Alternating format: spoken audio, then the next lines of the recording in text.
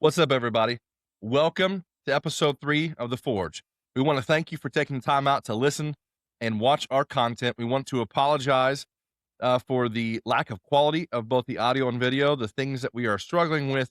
Sometimes life just is difficult, especially when you're doing something that matters or something that is important.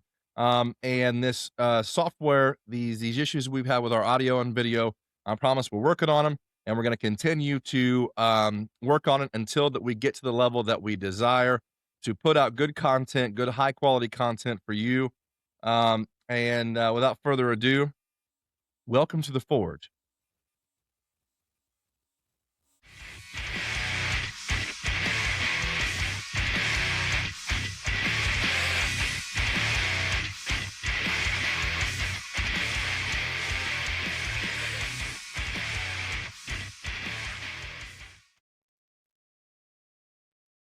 All right. This is the episode 3. Episode 3, man. 3. Sitting here with the man, the myth, the legend himself. Oh, watch out now. We had a really good episode this last episode. I'm excited about releasing it, talking about some stuff that I think that all men really avoid talking about for some reason, but I think it's important. Yeah. And I'm looking forward to diving into some of these topics that we're getting ready to in this episode. So in the last podcast, I said we're trying to build foundations. Yeah. Let's get a good foundation built. So last episode, we talked about mental health, physical health, spiritual health, and how they all connect together. So if you're not taking care of yourself physically, it's going to lead into your mental health. And if you're not, checking your mental health, then it's going to lead into your spiritual health. And then it kind of just loops back around. It's like once your spiritual health's bad, then you're going, well, what's the point of trying to take care of my body more? And then your mental health gets worse and your spiritual health gets worse. And just kind of this, the story that never ends, keep going around in a circle. But the other topic that God has really been pounding on me this week, and I called and talked to Jade about it, and I've told some other buddies about it. I'm like, guys, just pray for me, because it's a topic that I never have thought about, because like we discussed in the first podcast, I've been in this my whole life. And like we talked about on the phone the other day, I never can remember a time when, even when I wasn't doing my best, because, I'm not perfect. I think we discussed in the first podcast, I've got a daughter out of wedlock, so I did some things that were sinful, but never did I ever just not know God was there. I always understood God was part of my life and was an essential part of my life. And that everything I have, the ability to get up every morning and do what I do is all because of God. And I know that. But God really worked on me hard this week with the topic of, well, I'm a man. I go to work every day. I bust my tail. I work, I make good money. I've bought everything I've got. I paid for it out of my own pocket. Right. Why do I even need God? Like, why do I need God? I'm doing this on my own. I've never had God, and look what I got. I got a nice house. I got a nice car. I got all these things. Why do I even need God? And to be honest, brother, I've struggled hard with it. I'm not talking about the guy that's an atheist, because most of them people have pretty much convinced themselves through one thing or the other that there is just no God. Right. I'm talking about the guy that's grew up here in the Bible Belt. You grew up around church a little bit, but for one reason or another, you've slipped away, and you've not been to church since your grandma took you when you were a child, or whatever. And I want this podcast to be the resource for if you have a friend that's kind of made this comment to you. Well, I'm doing good on my own. What I need God. That this podcast will be the one that leads somebody to say, oh, okay, that's why as a man I need God. And I'm going to be honest with you, brother, I'm lost. But I talked to you, was it Wednesday or Thursday? I can't remember what day it was. Yeah, it was Thursday. It was Thursday, because I was delivering over in Arkansas, and we were on the phone. And you really unloaded on me pretty good about it, because you said, well, I can cover that topic quite good because you're that guy. You said you went for years with just, I don't need the Lord. I'm doing good on my own. And so, this may be more of your show today to tell that side of the story and bring it all into perspective. I just know that that God dealt with me hard this week about it. Like, it was just something when I left, God gave me this in the middle of church on Sunday. And Monday morning, I got up and I'm just like, I drove for like 2 hours Monday morning, didn't turn on nothing. Like, I normally turn on a podcast, and I've got a few secular, other pastor, I say secular, but non Pentecostal preachers that Right. talk like men, and Christian you, content. yeah, Christian content stuff. And I usually go and listen to that, and just kind of, set my tone for the week and listen to their stuff or music or something. But I could not focus on anything except for this topic. And I, like I said earlier, the very breath that we breathe, in Genesis, the Lord said he breathed life into us, Right. you know, so the very air that we breathe is his breath. Right. And I know that everything I have, my, my wife, my kids, my grandkids, then you go into physical property, my house, my car, my truck, my semi, my pickup truck, because I drive a 20-year-old Chevrolet, ain't nothing special, but it's mine. Yeah. Got a big, nice bumper on the front and a winch and, all the manly stuff, stuff that makes you a cool dude kind of thing. Not that it makes you a man necessarily, but, Right. but me and my son were talking today. We're coming through town and some dude comes through in a squatted truck and we're talking about how bad it looked. And, and Will said, "Oh, it's terrible." I said, "Yeah, but if you ask him what my truck looked like, he'd probably say mine looked terrible." It's all in the eyes of it's all in the eyes of who's driving it and who's owning it. But, I know that all that stuff, I have it because God enabled me to have it. Right. And I was thinking about our conversation we had Thursday after we had it, because we kind of dove into a lot of stuff, and I talked about stuff that I never really had talked out loud about those things in my life. I ultimately we're talking about what it is to be a man, I think, too. So we can talk about whether or not we need God or not. We can talk about what it means to be a man. We can talk about all this stuff. And in all of it, the underlying truth is that it's real easy to think that you don't need God, or think that you are a man, or think you have arrived, or think because of your age or because of your success or because of this or because of that that you somehow arrived and you don't need him, you don't need anybody. Some people may question that whether God is even real or not. And I can tell you that a man can be a man according to a lot of different standards, but it doesn't mean that he's a man where it counts. And I say that because I didn't grow up with a father figure. I didn't know what it meant to be a man. Didn't know what it meant to be a father or a husband. But it didn't mean that I couldn't procreate and have children and be a father.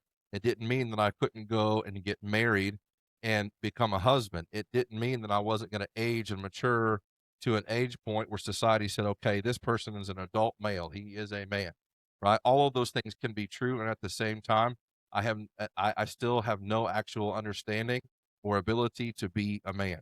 Yeah. And or to perform any of those things or roles that I'm fulfilling at the moment in any way that is actually constructive or of value. And so let me just give an example of this. When growing up, my mom and dad were drug addicts and alcoholics. Divorce happened early on in my life, as is common with those situations. And as I age and I get older, I don't have any guide of what it means to be a man. And I have my first child at 19 years of old, 19 years of age. But by 19 years of age, I have been abusing substances for between 6 and 7 years already. By the time I had, Wow, bro. and so I started abusing substances early on, 10, 11, 12 years old, over the counter medications, because I didn't even understand that I didn't really understand at the time that that was drug addiction, that was substance abuse. I just knew that I didn't want to feel what I was feeling anymore. I Well, wanted I to mean, but it numb was it also out, you what know? your parents had been showing Well, you and was that's what you're supposed exactly to do. right. Like So whenever you you just thought hit it it, was part of life. well, yeah, I mean, right now, even now in society, all of our songs, all of our movies, all of this stuff, it is, the first thing that happens when you go through a rough spot in your marriage is your girlfriend's come pick you up. Let's go out on the town. And it's in all the movies, Yeah. or your buddies come pick you up and you go paint the town red, Yeah. Go to strip club, something Yeah, like let's go to that. strip Yeah. club. Let's go get drunk. Let's go get high. Let's go party. You know what I mean? That is like the go-to thing in society still today, even with all the recovery programs and all of it. It's still the go-to thing. It's still celebrated, still in the songs, it's still in the movies. And when I grew up that way. Like it is. You don't deal with it. You just avoid it until it goes away or your circumstances change. The problem Yeah. is that doesn't actually work.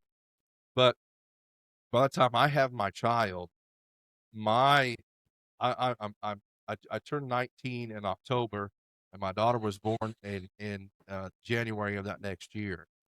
And well, I'll rewind a little bit. I am in the middle of a tri-state drug deal, and I'm staying at a house. It's actually my daughter's mother. It's her place, and I'm staying there because the type of person that I was required a certain type of. I want to say this carefully because I don't want to slander anybody, and Jasmine's mom was still alive. But let's just say that the environment that I was in was fitting for the type of person that I was. Yeah. Yeah. And the person I was with was in that same lifestyle that I was and was with me because of what I could provide. So you can read between the lines and all Yeah. of that. And I I get don't a think you're phone trying to call. slander as much as it's just the realization of Right. that lifestyle, brother. I mean, it just is. It is. And so I get this phone call from my grandmother. Okay. The night before I found out that I was going to be a father. That kind of threw me for a loop. I wasn't really sure that that was even legitimate. And the next morning, I get a phone call from my grandmother saying that my dad had died of a drug induced heart attack. So the day I found out I'm having a kid is the day my dad died.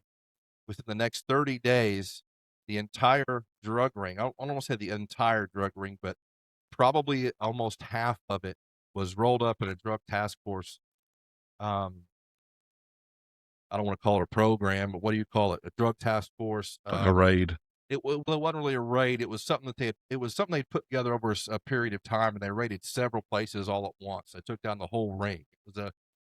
It was a whole thing that Just they an put operation, together. I guess what they would call it. Some Yeah, kind of so operation. operation. Thank you. That was what I was Yeah. looking for. It was a drug task force operation. And they took down a massive chunk of all of that right after my dad died. My older brother gets rolled up. He's going to prison. And I'm left with this existential crisis where I'm looking around and I've got piles of cocaine and methamphetamine and I've got weed and I've got scales and I've got firearms and I've got all kinds of stuff going on. And I'm like, where am I? I'm sitting there thinking on the couch, I'm smoking a blunt and I'm thinking, where am I going to put the crib? And then something sort of dawns on me. And I think it's the Lord, honestly, cutting through the garbage. And I'm like, what am I even thinking?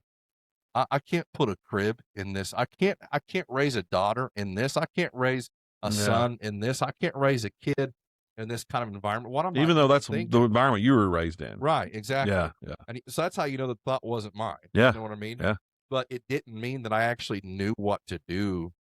I didn't know who I was. I didn't know I didn't know what any of this meant. I hadn't been sober in years at this point. But even if I had, I don't know anything else. I don't have an example set before me. This is what I should do. This is what I shouldn't do. And so I detox at home and I go through withdrawal there at that house that I was at when I got the news, when I was setting up this drugs, this task, this whole thing. I let the guy know in Indiana that I had met to set this drug deal up, that it was off. I broke my phone and burnt it, and I was like, okay, I got a detox.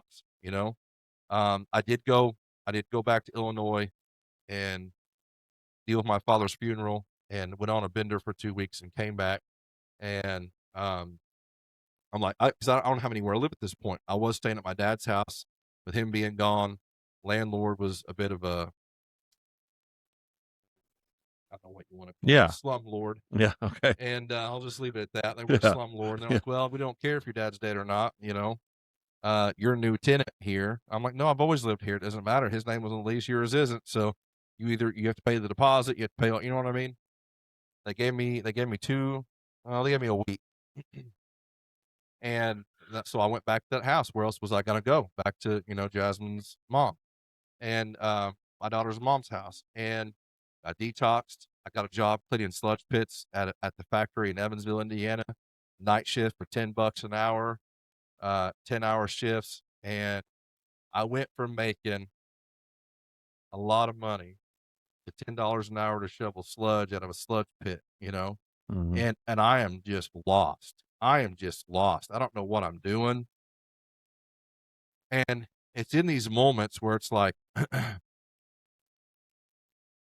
I can tell you that as my daughter is born, as I continue to try to make clean money, as I continue to try to change my life and move forward, the person I turn to in that moment, in those moments, just like anybody that reaches it.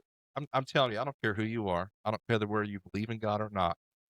At some point in your life, you're going to reach an existential crisis where you're going to question everything you know and everything you're doing, where you're going, who you are, what is up and what is down. Life is going to come up and smack you so hard you're going to forget that you even know your name. Well, this goes back to what you were talking about in the first episode, where you come to that rock in the hard place, and you don't know which way to go. And you said usually whatever's hardest is the right Right. path. And when you come to a spot like that, when you're hearing a voice in your head, Mm-hmm. even if it's not an audible voice like you're hearing my voice right now, but this thought pops in your head, it's like, and even in your own mind, after you get the thought, you're like, where did that come from? Right. You know, oh, that's the Lord. Yep. You know, That's God. that's the Lord. But where else does it come from? You're I mean, exactly right. where else do you get a thought in your brain? I can't raise a daughter in a crib in this trash that I'm living in with all these drugs and all this stuff when that's the only way you knew to live. Yeah. You know? Yep. I didn't see it, and there's no clear way forward. And it's not Yeah. like that there's like a scroll that appears in the skies and says, hear ye, now that you've chosen to be not a criminal, this is the path in which you shall go. You know what I mean? That doesn't happen. I didn't Yeah. have an angel show up and declare the good things of God and the good tidings of great joy. I got a job. I detoxed. I did the hard thing. I had learned as a young kid that I didn't necessarily have to accept the circumstances right in front of me, that if I worked hard with my hands, I could work myself out of just about any situation. But see, that's where I'm coming with this, where this is like, men are just that guy. Like, if, the world's definition of a man is what I'm trying to get at is like, we'll just put our feet to the plow and we'll just get the job done. I can make my own way. I don't need nobody's help, you know? And that's kind of what you're saying right there. You realize that I've got to just put my feet to the plow and get this job done. And that's kind of where I'm with this is, but we have to bridge the gap for somebody to like, why do I need the Lord? I can tell you that I did it without God for a while. Yeah. Like, it wasn't one of those things that I instantly turned to God for answers and direction. My head's spinning. I do what I immediately know to do, and I'm in survival mode. Work, right? Work it. Fight, work it. I detox at home. I get a job. I start saving money. You know what I mean? Like, there are certain things that I can ascertain about the world around me that give me some sort of guidance, right? I know what not to do because I've been living that life for so long. I'm like, okay, I may not know what the right thing to do is, but I know what the wrong thing to do is. Let's just not do that. Yeah. Let's start there. Let's Yeah. just not Find that dope starting anymore. point. Well, that Yeah. goes back to my, the challenge at the end of the first podcast is from this point forward, just do something different kind of thing. Right. Like, Exactly. That's where I was at. yeah. I was like, well, you know, let's just not do dope anymore. Okay. And then it's like, man, these cigarettes are really expensive and I'm making $10 an hour, you know? Well, before the cigarettes, it was, cause I stopped doing dope, but it took me a year to get my sleep right because when you're doing dope, stuff like that, you're not sleeping for 2 Oh, yeah. weeks at a time. You know Yeah. what I mean? And so it took me a year before I was actually in normal sleep cycles. Okay. And so drinking is legal, right? Nothing wrong with drinking, you know?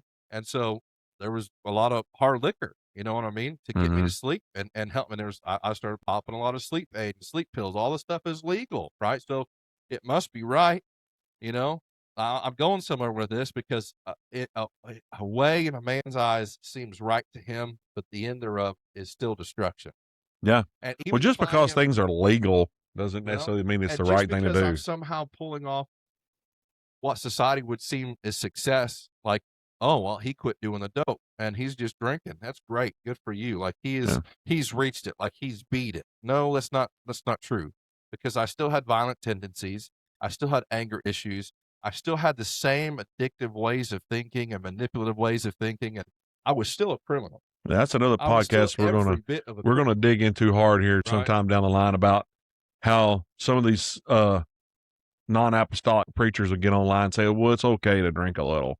You know, we're gonna get on that podcast before long. That's gonna be a whole Let me one. get into that. Yeah, Well, so what I can say is that just because I'm standing from the substances doesn't mean I'm suddenly no longer an addict. that's right.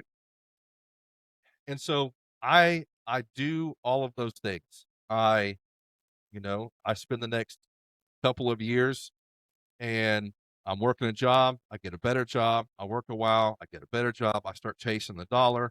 And I work every single hour that they'll throw at me, and because that's phase one, And after a while, I was like, man, this drinking is expensive. I can't afford it. After a while, I say within 6 months, I'm like, I got to stop drinking because I'm making $10 an hour to clean sludge pits, and I've got to buy diapers, and I've got to buy a crib, and I've got rent all of a sudden.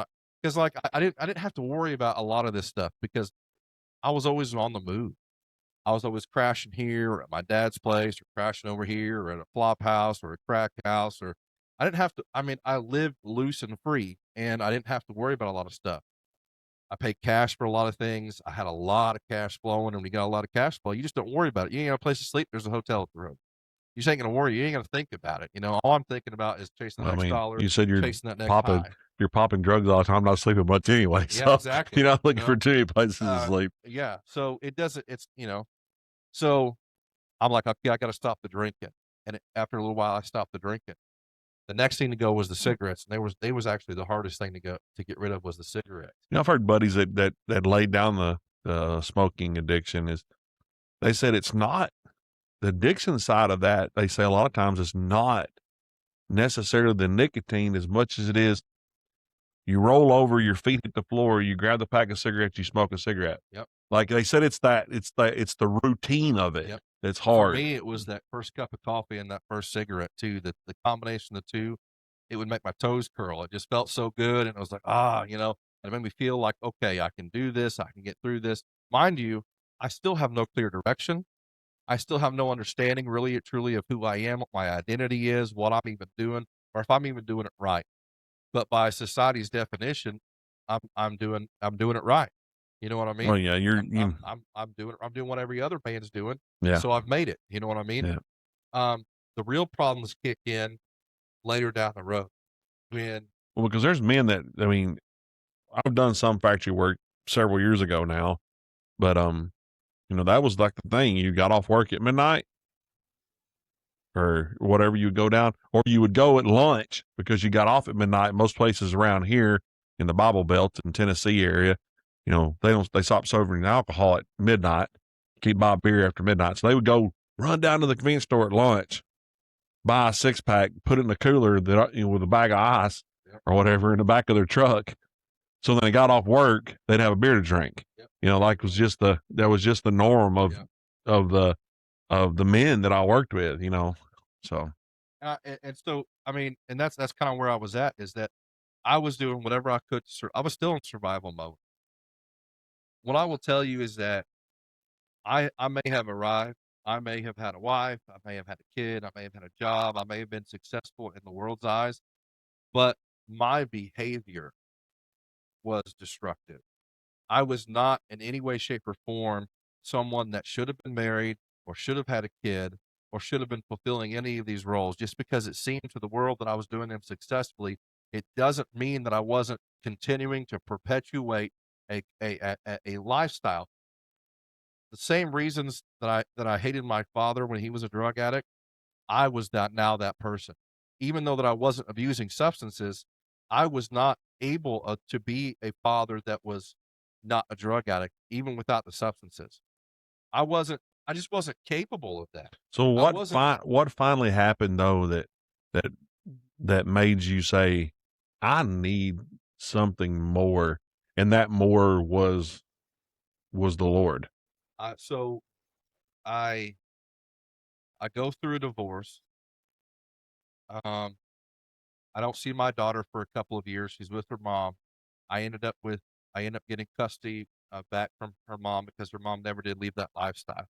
I believe now, maybe even in the last decade or so, she's not in that lifestyle anymore. I'm not completely sure, but at the time, she was still in that kind of lifestyle, and there was a lot going on. And anyway, I finally got custody back of my daughter when she was like 5 or 6 years old. And all And this time you have stayed clean from all the drug so stuff, and you've just been putting your head to the plow and when doing I the job. right, but whenever her mom took her, I started drinking again. And I started smoking weed, but I did not go back to the hard drugs and stuff like that. Of course, we're also entering an era where things like marijuana smoking is really not in Illinois. They'd come take it from us. Sometimes they just let you walk with it. That's all you had on you Yeah, simple possession. was Yeah, a little especially dope. in Illinois, Yeah. the state that they are. I often got to walk with weed. As long Um, as they realize it was like personal use weight. yeah, I mean, it wasn't Yeah. like it was the weight I used to run or nothing. Yeah, It was yeah, yeah. personal. But so I was still like, I still don't think there was anything wrong with that. You know what I mean? Like, I'm going through a rough time. I'm gonna drink. I'm gonna smoke. So I can sleep. I'm still working. At this time, I'm moving while Jasmine's with her mom. I'm moving with my younger brother. We've got a house outside Springfield, Illinois. We party, but I don't go back. I still don't go back to that same garbage. Still work. Still maintain. What I think is a good man. I'm still not who I used to be. Right? I'm still in this I've arrived state, and I bounced at a bar. I still have the violent tendencies. I still would not be. I have no. I say so. Fast forward a little bit. I get custody of my daughter, and I get remarried to a woman who went through recovery. And we, I have this moment where I'm standing in this gymnasium of this church. That's where it started. And I have this moment where I realize that because I hadn't thought yet that, hey, I'm still my father's child. I'm still the drug addict, I'm everything I hate about my dad. I am still that person. I am that person. And I'm married and I'm standing in this gymnasium church and Now, was it church or like in it, like it's a church. So it was before they had a building. They were in a gymnasium. They were renting out so this somebody old invited you to school. church, or like how did So you wind up at that there? she was at my mother was a director of the Women's Lighthouse in Washington, So she Indiana. had got clean prior to Yeah, all so this. my mom had been clean for a number of years. Her and I's relationship was really strained. It just was not good. And your dad continued on in the No, lifestyle. Mom, my dad was dead. My dad had did passed she away. so did she get clean right after your dad passed or before? So she had whenever I was 8-ish years old, 8 or 9 years old, they first had their contact with an apostolic church, and had given their lives to God. And my dad had been baptized, and the preacher there ended up leaving that church in Illinois and took a church in Paducah, Kentucky. And so they went to another church in Illinois in another town over. And when they got there, there was a lot of issues. Let me just say that churches, even still today, have a hard time with handling people that have been in addiction for so many years. Yeah. They just don't know how to handle those people. They don't know how But to. your mom had been clean for years before your dad passed? So yes. So by the time my dad passed, um, when I was when I was 18, my dad passed. My mom had been for 8 years or so. She had been Now, were they still together? no. Oh, But when okay. I was 12, 11 or 12, they separated. The reason I ask is because, you have so many women who, I grew up around it growing up. We had 2 or 3 women in the church I grew up in that, I mean, one lady, I could tell her, I could say her name right now, and I don't know that her husband ever darkened the doors of that church, Right. but she lived faithfully for the Lord. So I And couldn't he was a comprehend. drunk, and he was, he done all that stuff, but she come to church faithfully, and to the point that she could just walk down a hill from her house to the church. Like, she lived that close. And even if he would took her car keys or something, she could just walk to church, and she come to church religiously. So it wasn't so much the ideology of that church that my dad had an issue with. Um, I want to choose my words carefully to an extent. Churches can be places that are very, very damaging when the leadership, um, Well, some of the old Pentecostal churches around here, let me just say this while you're trying to put this in words. We, our bishop, even at the church we attend right now, that me and you go to, they kind of went for the whole like, well, God delivered me from my camels, and I laid them on the altar and walked away from them and never went back. And I'm not saying God won't do that. God can't do that. That's not what I'm saying. And I'm not being negative towards Bishop at all with saying that. It's just they think that's how it's supposed to happen every right. time. I think Well, sometimes there's a difference some people between do. there's a difference between smoking camels and having a little bit of liquor, and someone who's been on such hard narcotics. My mom was on way more than I ever was, and I mean, she was a human trash can. That's what they that's what she was proud to be a human. She would take anything and any amount. I mean, there wasn't anything she didn't try and didn't use repeatedly, and she did it for decades, Well, knowing right? your mom now, it's And just a so hard thing I know it, to right? vision, And man. so when she comes to the Lord and God miraculously delivers her from addiction. And by that, I mean that she didn't have any desire for it anymore. And she didn't seem to have any of the detox symptoms either. It's a true miracle. Well, she Okay. done exactly what Bishop talks about. Just Well, to an pretty much extent, laid down and okay, walked away from it. to an extent, because now, yes, now she's been delivered like miraculously, which you would about have to because her brain was, I mean, good Lord, think about, where she was at mentally and physically, like God Yeah. healed her body and healed her mind partially because after that, she doesn't know who she is. She doesn't know what to do next. She doesn't know what it means to be a good mom or a good wife or you know what I mean? She does like there are examples set by her parents and there's societal standards like what I was talking about a while ago. Like this is Mhm. what it looks like to be a good man or a good whatever. Yeah. But she still didn't really there was a lot of healing and a lot of false belief systems and a lot of garbage that was going on. Well, I guess that's why I have such a hard time with the ministers that I've heard mention, you know, the Bible says, don't be, not to get drunk. It don't say you can't drink. You can't drink. It said just don't get drunk. But what if you're that person? Like Yeah, where do you that draw the you, line? yeah. And like They, how can you say that it's not a so big I guess deal? that's where I have a problem with that particular when you talk about people who had such an addictive lifestyle. I mean, you have to separate yourself from that. And I would argue the science itself would dictate to us that every human being on the planet is born with the framework of addiction. Of some Because sort. the definition of addiction, I think we talked about this in the first episode, is to continue to repeat a behavior in spite of the consequences, Yeah. right? And it's our nature to be self-destructive. We do Yeah. things that are not good for us, and knowing that there's We're consequences, we're right? we're starting to get over on the number podcast. So, uh, so you know, she all this happens, right? There's this huge swing, and they start attending church regularly, and they're going to this church in Charleston, Illinois. It has the gym. That's doing it in And the gym? no, Okay. that was me years later. So I went back, and I'm as a kid. This is my mom Okay, and my okay. dad, right? Because I kind of jumped ahead there in the timeline of what happened. Yeah, I'm just trying to figure out how you got to that church a while ago.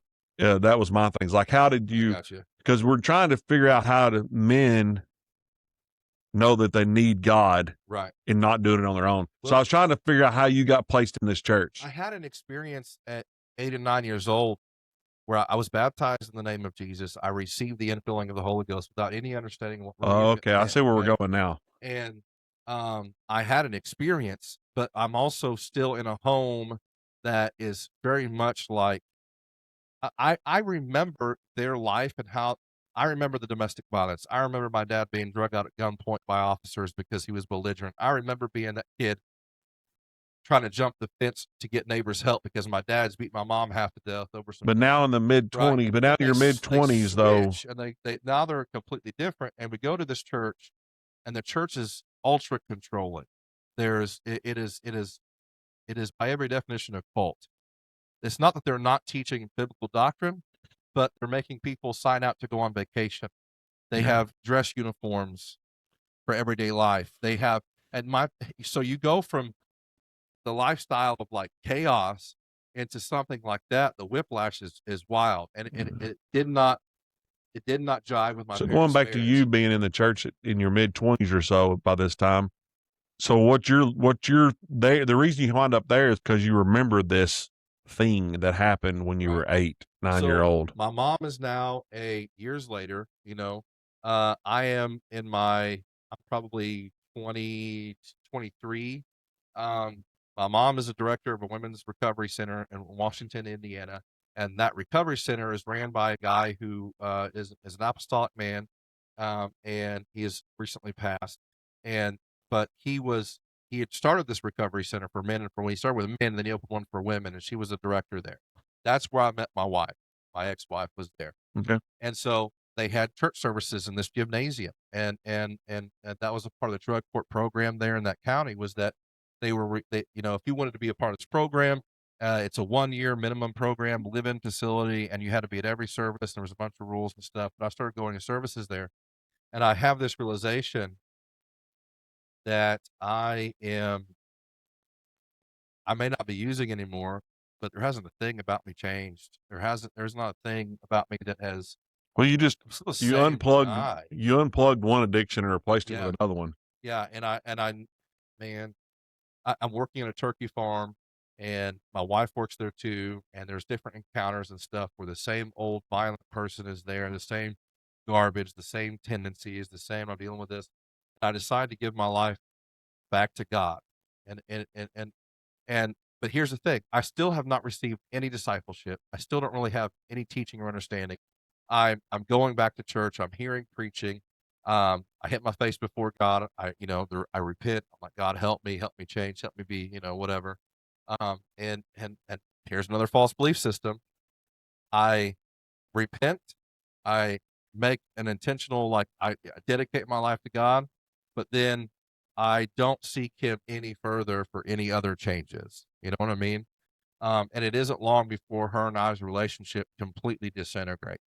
Some of it's me, some of it's her. We're both addicts that are technically clean, trying to serve God, and she relapses and has an affair, and everything just is obliterated after that. Okay, and the stuff that occurs there after that, I'm not here to slander anybody, but there are people that were there in that congregation that believed the slander that she had spread about me to hide her affair and absolutely gutted me because I was at a place I had experienced an awful experience with the church as a kid with almost a cult like atmosphere. And I finally come to God in an atmosphere like this is okay. This is what it's supposed to look like. This is what it's supposed to be. I'm going to start to work on myself and break down these walls.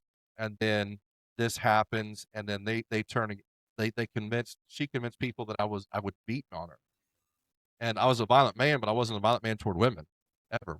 And so anyway, fast forward a little bit, I end up losing everything. She takes the house, she takes the cars.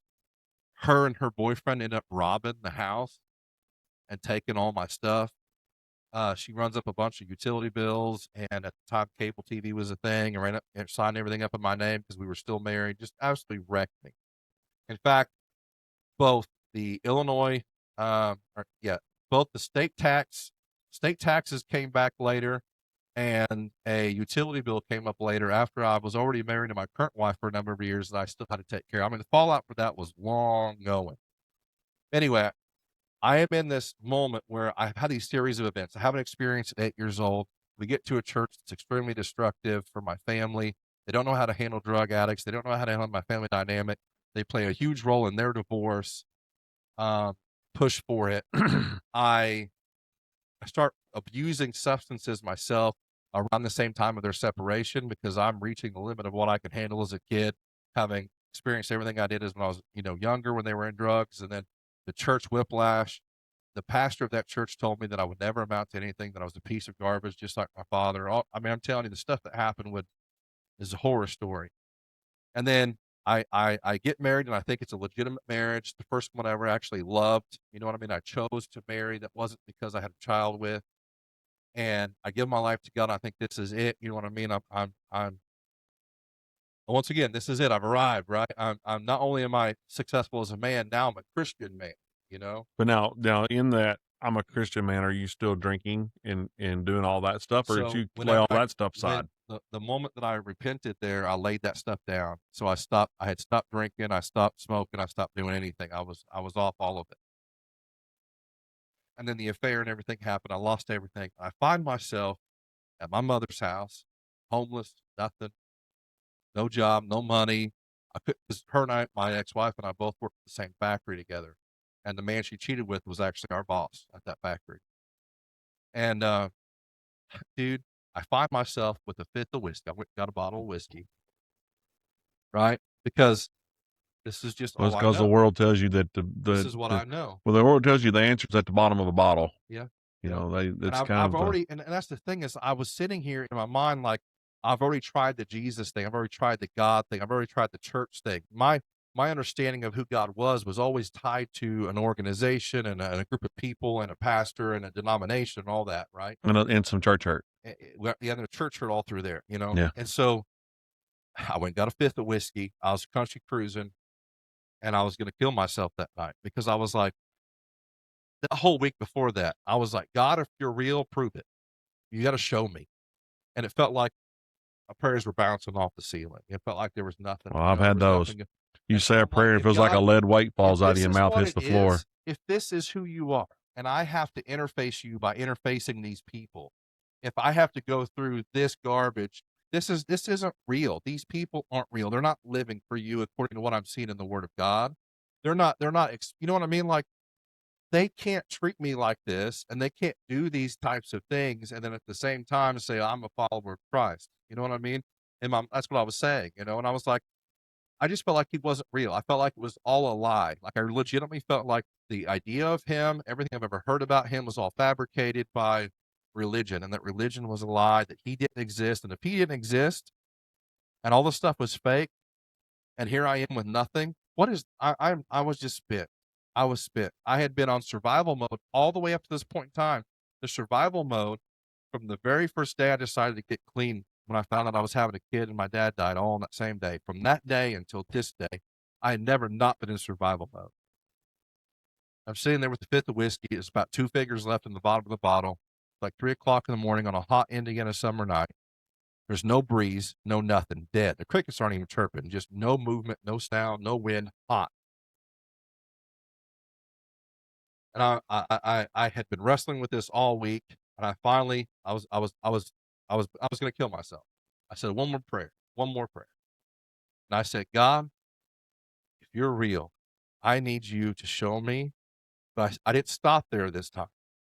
I said, God, I need you to take this from me. I need you to take all of this weight and all of this pain. I need to be able to climb out of this hole. I need to be able to provide for my daughter because my daughter's sleeping in my mom's house, you know, just up the road from, you know, I still have custody of her, even though I went through the divorce with this woman. And I'm like, I need to be able to provide for my child. I need to be able to function I need to be able to function. If you're real, I need you to do these things for me and help me. That's what I said. Help me. Well, I ended it with help me. Now, as sure as I'm sitting here right now, I'm telling you, that there was a breeze that started not from the side, it started from above, and it moved through the tops of the trees, just like the Bible talks about God when he moved across the Bro, tops I'm of the getting chill trees. bumps right now I'm just telling you, hearing this, man. I'm telling The you, hair is standing up. The Holy Ghost it's the is first here in time this I'd room ever right had now. it's the first time I'd ever had a real experience that wasn't me as an 8-year-old, that wasn't someone telling me this is what it's supposed to look like and feel. It wasn't fabricated. I was on the verge of suicide, legitimate suicide, not this, I just want to die. No, I was going to die that night. And he moves across the tops of the trees. And then I see the wind move down this tree and it sweeps sideways through my car. It changes direction and moves through the windows of my car. And when it does, I literally feel the weight that's been on my chest since I was an 8-year-old boy, since my earliest memory of childhood. is my mom and dad and drug addiction and domestic violence. Earliest memory. And the weight that was placed on my chest then, that I didn't even know was there, that I'd carried all of these years, 2 decades, over 2 decades, right at 2 decades. I felt it literally lift off of me as if it was a lead vest on my chest. It lifted off of me, and I felt love that, And the wind just blew it right out dude, just took I it. felt a love that I the last time I felt love that was that real was when I was so young that I didn't know my dad was an addict, and I remember sitting on his lap, dunking cookies in his coffee at, like, 5 years old, sitting on his lap. Mm. I hadn't felt that love and that protection since 5 years old. And, But I felt it in that car, and it was so real. You can't take that. You can't. And he started to speak to me for the first time in a way that wasn't another man saying that this is the voice of God. This is what God's saying. He was speaking yeah, to me it was that for the first personal, time the personal directly. relationship, Right. personal relationship. Yes. So you talk about God being real. See, now I grew up this way. I don't know. I don't have a testimony like that. You know, my testimony is that God kept me from ever being that person, Right. you know, because we talked about this in, I think, the first episode, how similar our drives are, but we went different directions in life. But where my testimony of, I know God is real, Right. is healing, Yes. like personal body, physical healing. Like, you'll never be able to convince me the Lord's not real. When I went into a church service, and for those on video, you'll be able to see this, I couldn't lift my arm no higher than this. And we was in the Riot Crusades with Lee Stone King. And he gets up, and if anybody's ever listened to Lee Stone King preach, he has a way of just talking. And he gets up there, he says, there's healing in this place tonight. And we're talking, there's 600-700 people here. So he wasn't talking to me necessarily. Like, he was, but he wasn't. You know, he wasn't like he was labeling me out. I was just speaking to the congregation. And he said, and if you need healing, you need to lift your hands. So literally, I lifted my hands. I done this one the same as this one, so it wouldn't look strange, you know, because I'm like Right. this. And he says, no. I said, if you need healing, you need to lift your hands. And so I, you know, because like rotator cuff problems, I got it up to about right here.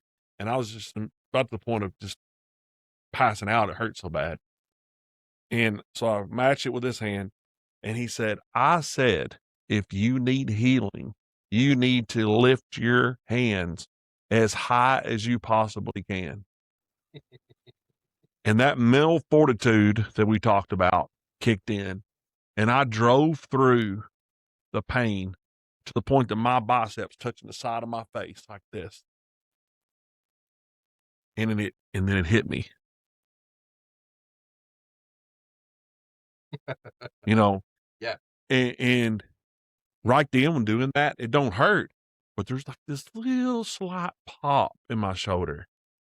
And I tell people all the time, that's God's way of reminding me that what happened. Yeah. But before that, if I was in bed asleep at night, I could wake up and this arm would just be like it was dead. Like it was so asleep that it would just fall. Right. And then 2 or 3 years later, it happened to this shoulder. And Lee Stone King wasn't around, but I just started praying to God. I said, God, you done healed the right arm. I know you can do this. Right. I'm not going to a doctor. I'm like you talking being stubborn this week with this software and stuff. I said, God, I'm not going to the doctor. You healed this one. And if you can heal this one, I know you can heal this one. And that's where my knowing that God is real, like you can't convince me that he's not real. Right. And, you know, having a supernatural thing like what you're talking about with wind and seeing it actually physically moving. I mean, you can't not Right. Well, not to mention, argue that. after that moment, I was stone cold sober. Wow. And I had smashed that fifth of whiskey in about 30 minutes.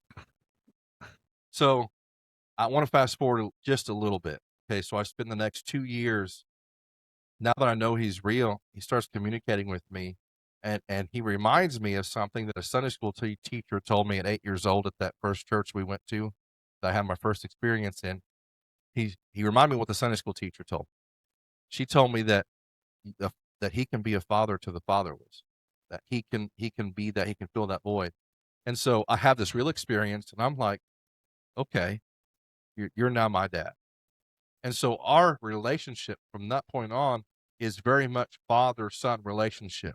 I start going to him and asking him to start teaching me everything.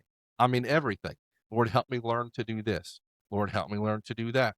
No joke. I got a job I shouldn't have had working in robotics. Never touched a robot in my life. Okay. Sure as I'm sitting here, here's another one of those miracle things. I'm holding the robot pendant in my hand. Everything in the programming to make it worse is all in Spanish. Okay. Can't read, speak Spanish. I lay my head against the machine, and there's 8 robots in this machine. Shouldn't even have this job. God bless me with it. And I said, God, you gave me this job. I need you to teach me how to use and work on these robots. And I was in a situation at that very moment where my boss was over my right shoulder talking to another guy and wanted me to fix this issue we had with this machine. And that same voice that talked to me in that car, that same voice that had talked to me and said, "What are you doing?" When I thought about putting a crib in the middle of the drug house, that same voice, I felt it talk to me again. And he started putting these little ideas. I'm telling you, seriously, I'm sitting here and I start pushing the buttons and start doing as the thoughts come in my head, I start doing it. I'm able to clear the fault, clear the alarm, reset the robot, and restart the machine without any training of any kind. Well, you were talking about talking to the Lord like he was your father. And I think we were talking probably off air about this on the phone the other day, but we're talking about prayer lives. Yeah. And the scripture that comes to my mind is the one in the Bible. And I'm going to paraphrase this a little bit because I'm not a theologian of no means, but the scripture in the Bible where the guy's there and he's waxing eloquently in front of everybody to gain attention, and then there's the guy over in the corner is the woe is me guy. And it was just a very quiet prayer. A lot of that scripture comes to mind. And so when you hear people pray, you hear them just speak so eloquently. And it's like I told you on the last podcast, I had you close out because you just speak so much. You pray so much better than me. You put words together and it sounds, well, see, I do too, but I'm just an old country dude. And I don't know when I pray, I'll be going down the road sometimes and I just start carrying on a conversation with him the same way I'm sitting here having one with you. Other than the fact that it's usually just a one-sided conversation, because I've never heard the Lord audibly speak to me the way another human does, right. But I do get these strong thoughts in the back of my head when I start asking God for answers on stuff that, like I said earlier, just kind of comes out of left field, Yeah. And so I'll be going down the road. I'm like, Lord, it's been a bad day today, and but I don't try to do the whole God thing and, just all the emphasis of words. I just start talking, I don't do nothing fancy. But when it comes to trying to speak into out loud, if you ask me to pray, you can ask my son or anybody in my family. When I pray you ask me to pray it over food, I pretty much pray the same prayer all the time. So I don't do nothing crazy. I'm just not that kind of guy, but I'm a very simple person. I don't believe that you have to use all the adjectives and adverbs. Just tell him what you need. Right. If my daughters or my son need something from me, they don't come in there and try to adjectives and adverb it to death and pull out the thesaurus or whatever and start putting all these, they just come in and say, Dad, I need you to do this. Yeah. And then I say, okay. Like me and you were talking before the show started today is about what I've got myself into with my daughter's wedding. She's come in and asked me to make these cathedral windows as a backdrop for her wedding. I'm like, oh my goodness, I've stepped off in one, but you just come ask Dad to do it, and that's the way it is that simple. And I think we talked about this in the first one. I think we just overcomplicate things too much sometimes. Yeah. Sometimes it's just, God, I need your help. Right. You don't have to tell him everything you need. He already knows. Yeah. A father knows that his son needs bread to eat, and so I don't know exactly how to, your testimony is that, just God showed up in amongst a hard time and that's what he's there for. If you're going through struggles, here's the real beautiful thing about all this too, is that up until this point in time, kind of just bring this full circle. I was, by all intents and purposes, a man. I was, by all intents and purposes, successful by the world standards. And let's fast forward 2 years after this moment that I just shared. And I meet the woman that I'm married to now, and God arranges all of that because I'm at 2 years later. I don't do anything without talking to my dad, right? this has been 2 years without any alcohol, any smoking, any of that stuff. Yeah, like that night, not just abstinence, but now I'm 2 years in real relationship with God. Okay? Yeah, that's what I'm saying. So that night when he sobered you up and the breeze come through the car, like that's it, dude. That was it. I Yeah. mean, that was it. Yeah. I was so lock, stock, and barrel after that because my experience didn't happen inside a building. I didn't have anyone like. I knew it was real. Yeah. There was no leading. There was no goading. There was no, this is what it looks like. This is what you should do. This is what you shouldn't do. There was no church. There was no church structure. There was just Jesus Christ on a country road with a drunk boy about to kill himself. Yeah. You know? So he was very real after that and started speaking to me after that. Like, you know, so 2 years ago, fast forward 2 years, and I'm going to him about everything. And I have purposed in my mind that I am not going to marry. I'm fine. I've sold my life to him. In fact, right before I met her, I had actually been praying and fasting on a prolonged fast. And I was like, God, show me my next step. Show me what you want me to do. For the first time ever, I'm seeking ministry, ever. First time ever. And I already come to terms with, like, I don't want to get married. I don't want to go through this again. I just want to live for you. I want you alone. Me and my daughter, we got this. And you with us, we're fine. You know, you're my dad. As long as I got you, we're good. And long story short, I meet her, okay, and we start dating.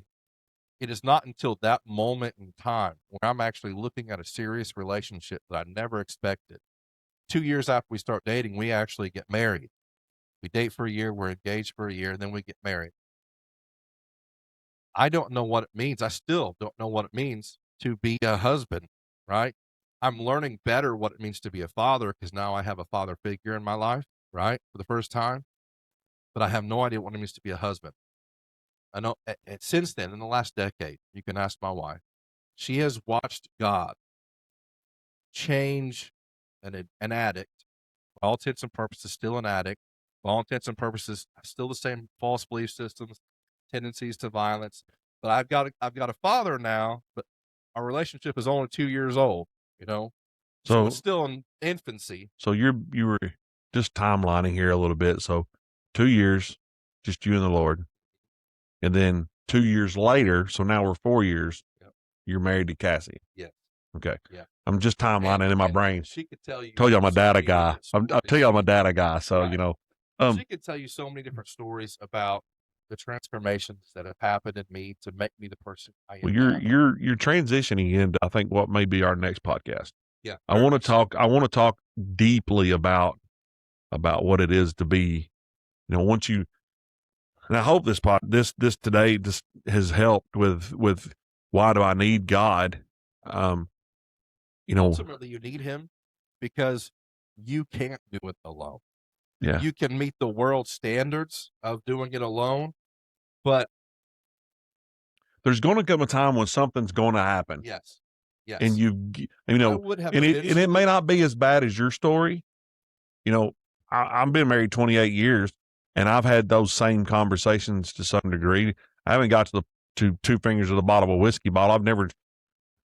The Lord's kept me. I've never drank anything in my life. I've never smoked anything in my life. And my son's now almost 20 and he's never drank anything, never smoked anything. My dad's never drank nothing, smoked nothing. So we're 3 generations of, hopefully it's never going to cross that bridge, you know, but it's like, I've still had them tough times. Oh, yeah. Finances didn't work out, you know, car trouble, you know, you're getting a letter in the bank in the mail from the IRS from, you know, you're behind on your house payments. You know, there's all things that, and at some point in time, you're doing all you can do as a man, and things just aren't adding up. I have absolutely no doubt in my mind that if I continued that path without a father figure in my life, without Jesus as a father figure in my life, I would have raised my daughter and now and later my son. I would have my relationship with my wife, the kind of abuse that I experienced as a child, the kind of person I was before Christ,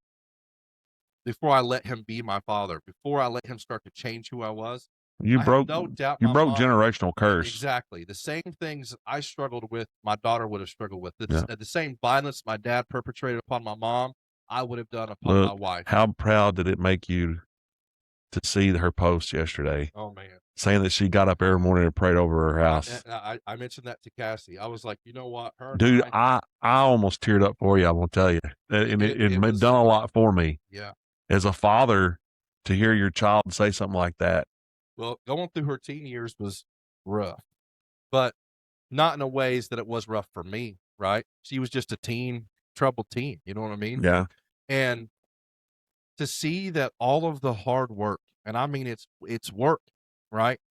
I'm working on myself. All of the work I did on myself and everything I did to create a Christian home and to raise her with Christian fundamental ideals and teachings, not knowing if it would stick with her as she's now an adult, she's now married, you know, and she's got her own family now.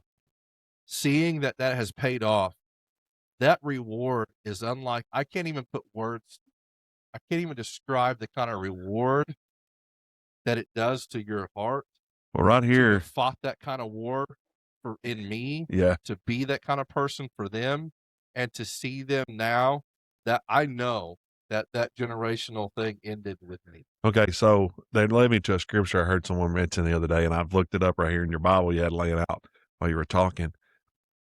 The Apostle John, the beloved, you know, they say was a favorite apostle of Christ. You know, this was his favorite disciple and was there right to the last day with him. Right. And then he went on to write the book of Revelation and see all the revelatory things that's going to happen, you know, the book of Revelations.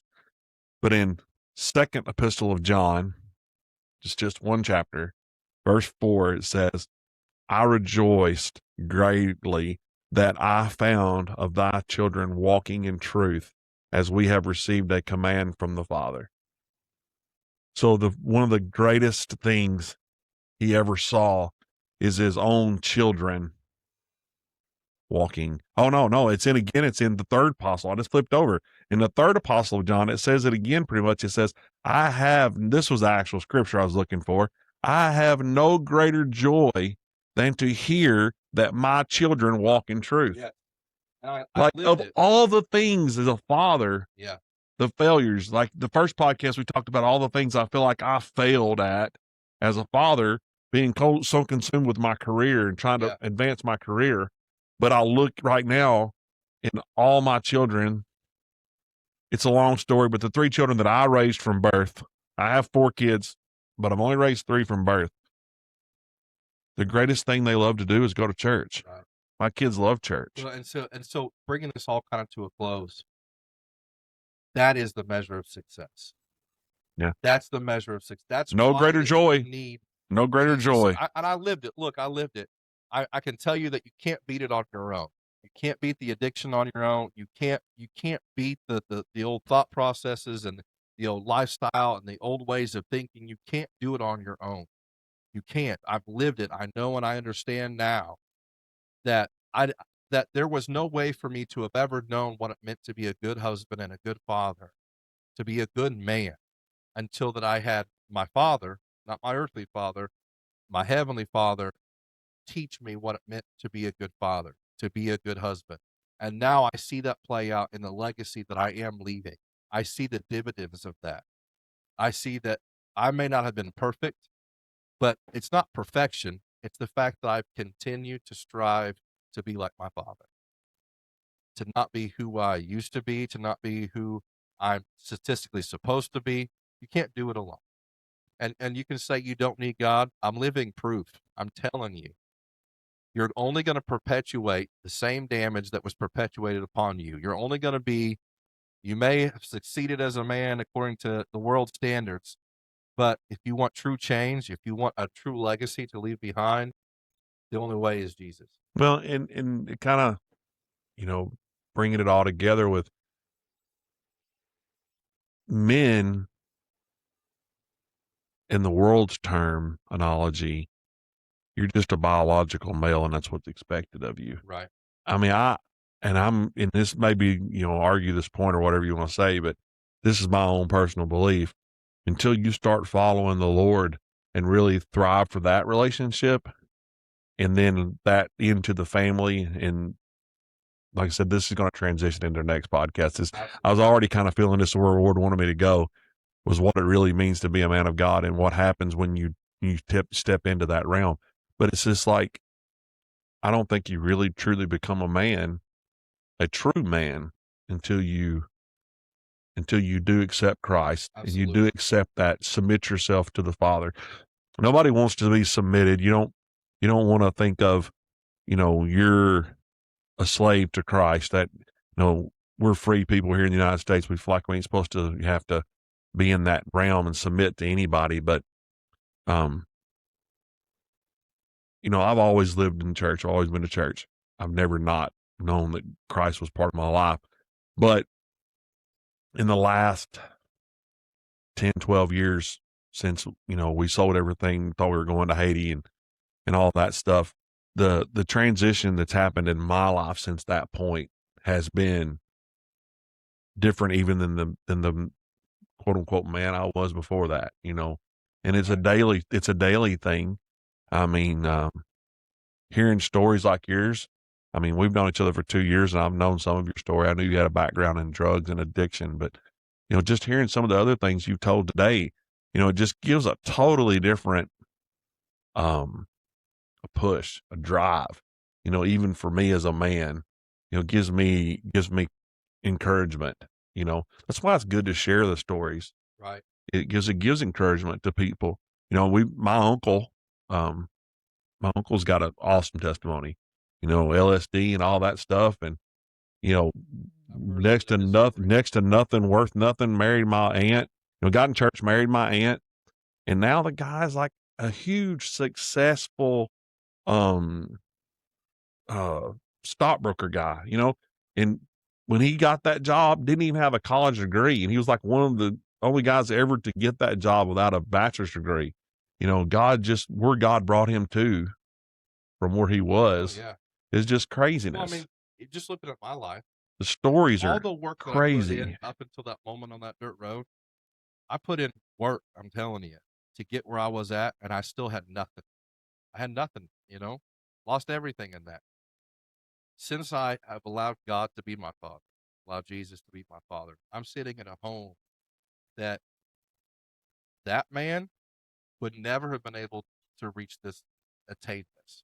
Not because I wasn't physically capable, but because, well, part of it is I wasn't physically capable, but a part of it is that without a relationship with God to show you your flaws, to show you your mistakes, to show you what you can improve and do better, I can't develop the kind of relationships to even become a productive member of society. I just couldn't do it. Couldn't do it.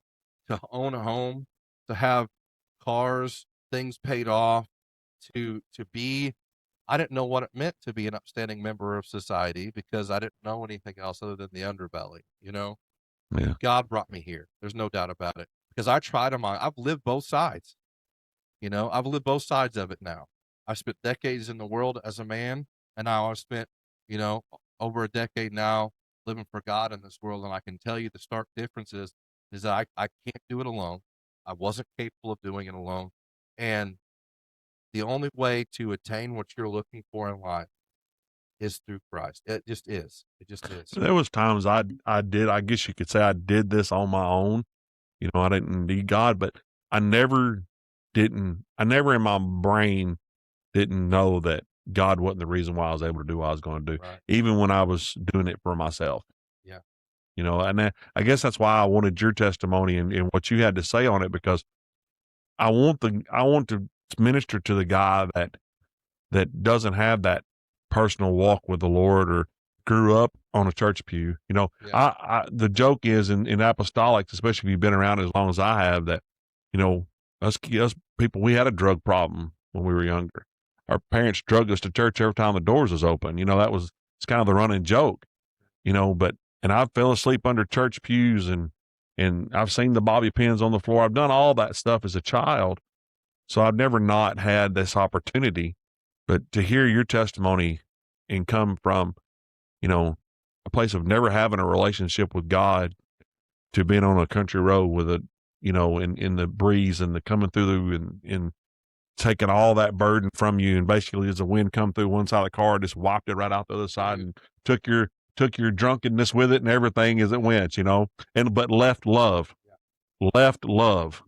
as it come through. And I can tell you that you don't know what you don't know. If you think that you can do this without him, you can by certain standards, but you don't know what you don't know. You don't know what you're missing. Well, you don't know that your wife could have a much better husband, that your children could have a father that they deserve to have, that you can be the kind of person that in your heart that you truly, let's be honest. Let's just be honest with yourself for just 1 second. Are you truly the man that you wish in your heart you were? Are you truly the man that your kids think you are, or that your wife wants you to be? I wish I could remember the phrase that the guy taught me that in the first episode I talked about, James Yeager. He had a phrase that said, "You don't know what you don't know." Yeah. And then it says, "You know what you don't know." And then there was another one in there, like another line in there about, something. And then the next line was, "You don't know what you don't know." It's like a revelatory thing. You don't know what you don't know, but then you find out what you don't know. And then you act upon that to get to another level. But when you get to that level, you realize that you don't know what you don't know. And you kind of start all over again, and that's where we have to be as men. Like you never can get to a spot where you feel like you've achieved everything that you need to. I wish that when I was at the peak of my criminal activity, I was very, very careful about photographs and video. That was the rise of the cell phone era and stuff like that was right through there. So I don't have any documented evidence of what I did. I was very careful. Well, that's probably a good thing. It kept me out of jail, it kept me out of prison. But I wish people could know the kind of person I used to. I wish I had something. I wish I had a video or something where people could. All they know of me now is this version of me. The only version of me that my daughter knows or my son knows is this version of me where I've been on this path of improvement. Well, there's lots of people that know me now that never, it's been 15 years, never knew I was a cop before this. There are people in my home, there are people in Illinois right now that met that version of me. And if I'm telling you, but they wouldn't know you. They wouldn't know you now if you went back because you're such a different person. They would see the tattoos, but in interacting with me, there's no way. There's no way this is who you are. Because I was just not a good person. This wasn't. Man, I know we've covered this topic good, and I just hope, like I said, my whole thought process with this podcast was just to be a resource tool. Right. If you have a friend out there, guys, then say, hey, listen to this guy tell his testimony. Listen to these two guys talk about why we need God as a man, and help maybe draw one dude. Yeah. I mean, this podcast saves one dude. Exactly. That's it. That's all I hope it saves thousands. I hope there's guys that come up to me on the gates of, I'm a simple guy. So let me tell you this. If I don't get a mansion on the street of gold, if he'll put me out there on a back creek somewhere with a little small cabin, I'm fine. I'm good. I'm good. Exactly. So, but I hope I hope there's thousands of guys that come up to me down the road, in years come that says, I listen to that podcast and it's the reason I'm here. Right. But if it just gets one guy, it's good enough for me. So. Well, man, let's do it. We'll see you all next time. All right. Hey guys, I hope you've enjoyed this week's episode on The Forge. If you have, please swing over to Spotify, give us a like, a follow, comment on the episode, hit that bell so you're notified of upcoming content. I'm not sure if you can like and follow on Spotify. Whatever it is, subscribe, if that's the right word. Do that, please. Every little bit helps. Also swing by Facebook and YouTube, NACF Ministries, and follow us there. Feel free to comment. Join the Forge community at NACF Ministries on Facebook, and be a part of the discussion. We can talk about various topics, and things that we discussed on episodes, and we can talk about future episodes on there as well. If there's some things that you'd like us to dive into or you'd like us to study and talk about, we would love to hear from you, and we would love for you to be a part of our community. And we'll see you next time on The Forge.